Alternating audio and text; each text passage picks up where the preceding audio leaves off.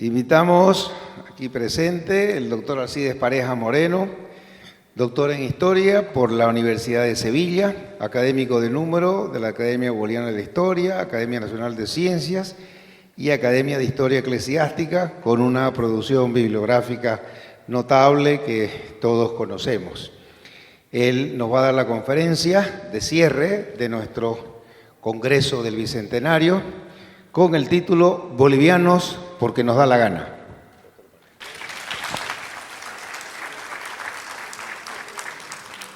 Muchas gracias. Señora Presidenta de la Academia Boliviana de Historia, doctora María Luisa Sux. Señora Rectora de la Universidad Privada de Santa Cruz, licenciada Lauren Miller de Pacheco. Queridos académicos, con los cuales me he venido a reencontrar después de mucho tiempo y ha sido realmente algo rejuvenecedor. Estimados amigos, como han visto ustedes, me he venido con mi claque, así que he venido todos están allá sentados. Bueno, en primer lugar quiero agradecer a la Academia Boliviana de la Historia por haber organizado este evento, un evento que sin lugar a dudas va a marcar un hito. Muy personalmente quiero agradecer a Víctor Hugo Limpias por haberme invitado a participar de este evento.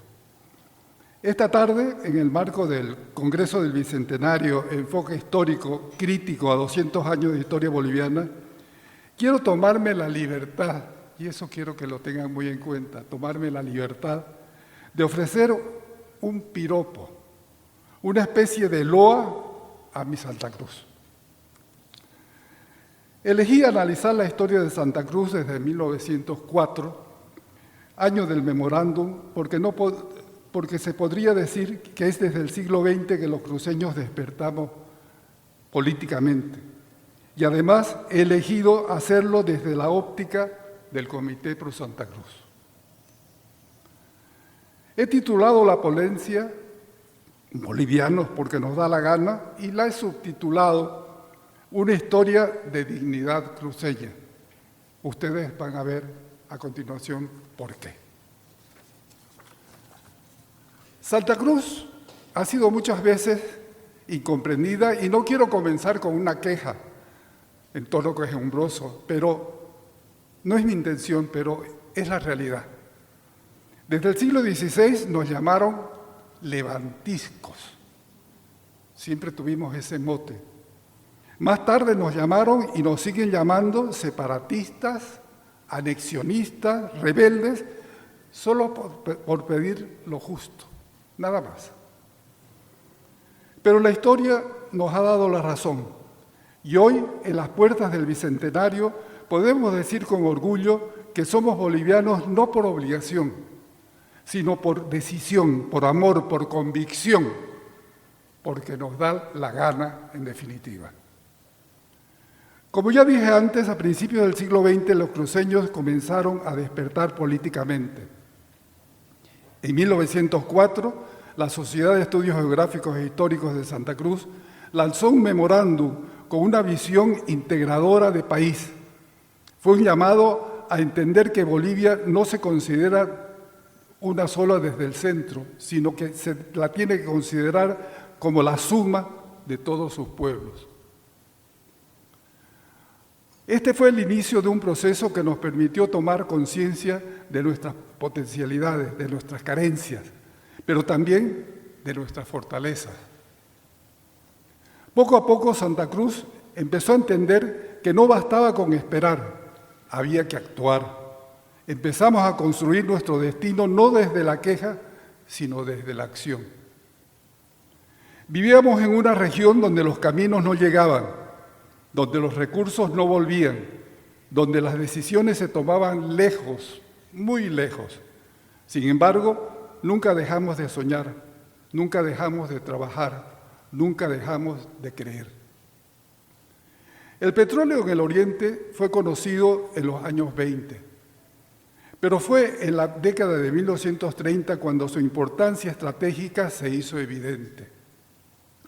El presidente Germán Bush, a quien todavía no se han rendido los honores que se merece, y el cruceño Dionisio Foglianini Banzer comprendieron que el desarrollo del Oriente debía ser impulsado desde adentro.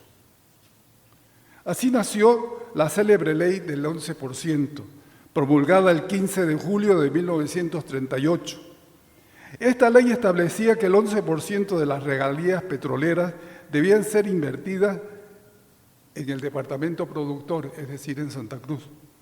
Era un acto de justicia para un pueblo que empezaba a dar señales de crecimiento y potencial. Esa ley no era solo una norma económica, era una afirmación de dignidad, una semilla de desarrollo sembrada sobre terreno fértil. Pero la historia no fue fácil. Durante casi 2 décadas la ley fue ignorada o reinterpretada. Se alegaba que el 11% debía ir al Estado, no al departamento productor. Así se fue incubando una tensión profunda entre Santa Cruz y el centralismo paceño. Y cuando digo centralismo paceño es porque allá está el poder político y económico. La noche del 30 de octubre, entre aplausos y nerviosismo, se propuso el nombre del industrial Ramón Darío Gutiérrez como presidente ad hoc de la institución que iba a nacer. Él mismo recuerda en sus memorias que quiso escaparse del salón, pero no lo pudo hacer porque los aplausos lo hicieron sentarse nuevamente y aceptar el nombramiento que le hacían. Desde sus inicios el comité fue más que una organización, fue la conciencia viva de Santa Cruz, fue el corazón que latía con fuerza cuando el país no nos escuchaba. El Comité Pro Santa Cruz se fundó con principios claros: apartidismo, institucionalidad, representatividad. Fue y sigue siendo una institución de instituciones, profesionales, cooperativas, gremios, clubes, juntas vecinales, todos en una sola voz. Y esa voz se fue fortaleciendo con el tiempo, especialmente en momentos de crisis. Obviamente tuvo varios momentos muy críticos y de muy bajo perfil, momentos que realmente el comité estuvo a punto de desaparecer, pero siempre estuvo en la conciencia ciudadana. Entre 1957 y 1959 se vivieron los años más intensos del primer ciclo cívico. La ley del 11% seguía sin cumplirse. Se impulsó una ley interpretativa para corregir la contradicción con el Código del Petróleo, pero el presidente Hernán Siles Suazo se negó a promulgarla. Los cruceños, encabezados por el Comité Pro Santa Cruz, no se quedaron callados. Se realizaron cabildos abiertos, se organizaron huelgas, se redactaron manifiestos. La plaza 24 de septiembre, es decir, el corazón de la ciudad capital, se convirtió en el escenario de una ciudadanía decidida, valiente y unida. Se fundó la Unión Juvenil Cruceñista y poco tiempo después la Unión Femenina Cruceñista, lo que hoy en día es la Unión Juvenil Cruceñista propiamente, y el Comité Cívico Femenino. Jóvenes, mujeres, dieron un paso decidido hacia adelante. En esos días, en lo que es ahora la Casa de la Cultura, que era el municipio cruceño, y allí estaban unos seres indeseables, Jorge Roca Pereira cayó por la metralla. Fue la primera víctima mortal de las luchas cívicas. Poco tiempo más tarde moriría Gumersindo Coronado Zambrana. La ciudad se llenó de luto, pero también se llenó de dignidad. El gobierno respondió con represalia, estado de sitio e invasiones armadas. Nos llegaron, como por arte de magia, miles de indígenas ocureños que estaban borrachos de alcohol, borrachos de odio, borrachos de droga. El gobierno respondió, como les decía, con represión, pero la resistencia fue pacífica. Se dialogó, se negoció y finalmente en 1959 se promulgó la Ley Vega, que restituía parcialmente las regalías. Piensen ustedes que estamos en 1959 a punto de cumplirse el 4º centenario de la fundación de la ciudad de Santa Cruz de la Sierra y no teníamos lo básico que puede tener cualquier ciudad. Fue una victoria moral, una victoria de pueblo. Santa Cruz no se arrodilló, Santa Cruz construyó. Después de esas luchas vino el exilio. Líderes como Melchor Pinto Parada fue exilado. El comité entró en una etapa de bajo perfil, pero no desapareció. Desde otros espacios, las cooperativas, la agroindustria, los colegios profesionales, la visión cívica se mantuvo. Ya en los años 60, Santa Cruz comenzaba a despegar. Las regalías, aunque parciales, permitieron obras básicas, caminos e infraestructura, y el comité volvió a la vida institucional con más fuerza. Durante los años de los gobiernos militares, el comité se mantuvo con una voz prudente pero firme. Apoyó el desarrollo regional, promovió industrias clave y, aunque no podía convocar protestas, supo defender los intereses cruceños. En 1981, con valentía, se convocó el primer paro cívico departamental de la historia de Bolivia. Fue una respuesta al intento del gobierno de imponer un ingenio azucarero en San Buenaventura, en La Paz, en detrimento de Santa Cruz. Fue otro hito. Santa Cruz no solo exigía, Santa Cruz proponía, Santa Cruz reaccionaba con inteligencia. Con el regreso a la democracia, el comité retomó su papel protagónico, impulsó la elección de alcaldes y de prefectos, defendió la descentralización y promovió leyes que fortalecían a las regiones. Se recuperaron símbolos fundamentales, la bandera verde, blanco y verde y el escudo otorgado por el rey en 1636, elementos que hoy forman parte de nuestra vida cotidiana, porque un pueblo sin símbolos es un pueblo sin memoria, y Santa Cruz nunca olvida. A partir de del año 2000, el Comité Cívico lideró una nueva causa, la autonomía departamental. Se organizaron cabildos multitudinarios, se promovió la recolección de firmas. En el año 2006, Santa Cruz votó con más de un 70% por la autonomía. Fue un acto de afirmación democrática. No fue un grito de ruptura, sino de madurez, de ciudadanía, de visión.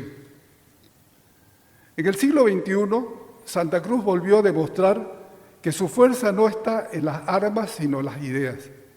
La aprobación del Estatuto Autonómico y la elección de Rubén Costas como gobernador marcaron un antes y un después. Santa Cruz se convirtió en un referente y lo hizo sin perder la vocación nacional.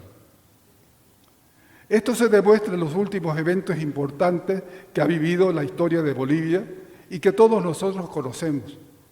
En ellos, Santa Cruz ha sido sin duda protagonista y el Comité Cívico Cruceño su impulsor. Este departamento, tan relegado años antes, fue el que liderizó el paro de 21 días que derrocó a Evo Morales, entre otros importantes hitos en los que los cruceños demostramos ser lo que se ha llamado, no me gusta, pero se dice el motor del país. En conclusión, queridos amigos, podríamos decir que en estos 200 años Santa Cruz no ha sido un departamento dócil ni sumiso. Acuérdense que se nos tachó de levantiscos, pero nunca ha sido un pueblo traidor ni separatista. Al contrario, ha sido coherente, ha sido valiente, ha sido persistente. Los cruceños no pedimos privilegios, solo pedimos respeto. Y cuando no lo encontramos, lo construimos. Hoy como ayer, nuestra identidad no se impone. Eso no hay que olvidar. Se celebra y se defiende con trabajo, con ideas, con amor, con alegría, que es otra cosa que a veces no se puede entender y con eso nos tildan de frívolos. No somos frívolos, no ponemos cara de velocidad nada más que eso. No ponemos cara de velocidad, ni de víctima. Porque Santa Cruz no es una región, es una causa. Santa Cruz es un sueño colectivo. Santa Cruz es una historia de coraje y esperanza. Y si somos bolivianos, es porque nos da la gana. Muchas gracias.